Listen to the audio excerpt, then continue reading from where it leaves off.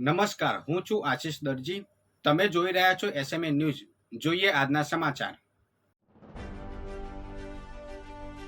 વડોદરામાં નશામાં ધૂત કાર ચાલકે સ્કૂટરને ટક્કર મારતા પતિ પત્ની અને પુત્રી ઇજાગ્રસ્ત. મૃત નવજાતને ખોળામાં લઈ પરિવારનું આક્રંદ.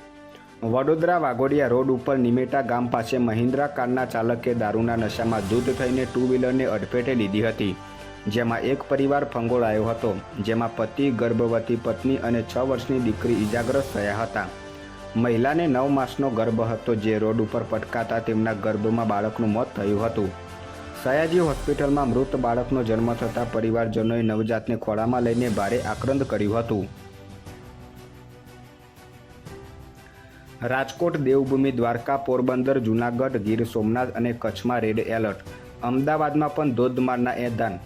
હાલમાં ગુજરાતના વિવિધ જિલ્લાઓમાં અત્યંત ભારે વરસાદ વરસી રહ્યો છે, જેમાં ખાસ કરીને સૌરાષ્ટ્ર, કચ્છ અને દક્ષિણ ગુજરાતના જિલ્લાઓમાં મેઘરાજાએ સટાસટી બોલાવતા પૂર જેવી સ્થિતિ સર્જાઈ છે. એની સામે ઉત્તર અને મધ્ય ગુજરાત હજુ પણ વરસાદ માટે ઝંખી રહ્યું છે. આજે હવામાન વિભાગે સૌરાષ્ટ્ર, કચ્છ અને દક્ષિણ ગુજરાતમાં અત્યંત ભારે વરસાદની આગાહી કરી છે, જેમાં રાજકોટ, દેવભૂમિ દ્વારકા, પોરબંદર, જૂનાગઢ, ગીર સોમનાથ અને કચ્છમાં રેડ એલર્ટ જાહેર કરાયું છે. સાથે જ અમદાવાદમાં પણ ધોધમાર વરસાદની આગાહી કરવામાં આવી છે. મહેસાણામાં જમીન દફતર અને સિટી સર્વે કચેરીમાં વર્ગ 3ના તમામ 72 કર્મચારીઓ હડતાળ ઉપર. મહેસાણા જિલ્લાના 70 સહિત રાજ્યના 16થી વધારે લેન્ડ રેકર્ડ્સ તંત્રના વર્ગ 3ના કર્મચારીઓના પડતર પ્રશ્ન સરકાર દ્વારા નિવેડો લાવવામાં નહીં આવતા 22થી 31 જૂન સુધીમાં તમામ કર્મચારીઓ પેન ડાઉન હડતાળ પર ઉતરી ગયા હતા. જો સરકાર દ્વારા 10 દિવસમાં કોઈ હકારાત્મક નિર્ણય કરવામાં નહીં આવે તો આગામી 1 ઓગસ્ટ 2024થી અચોક્કસ મુદતની હડતાળ ઉપર ઉતરવાની કર્મચારી મંડળ પ્રમુખે ચેતવણી ઉચ્ચારી હતી. અપૂરતા પાણી મુદ્દે મહિલાઓનો હોબાળો. વિસનગરના કડા ગામે ગ્રામ પંચાયત આગળ માટલા ફોડી સાજ્યા લીધા.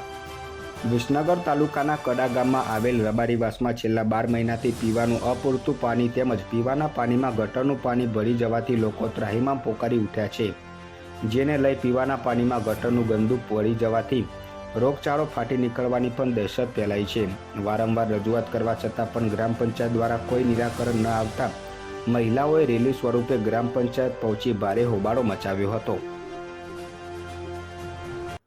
વધુ સમાચાર માટે જોતા રહો એસએમએ ન્યૂઝ.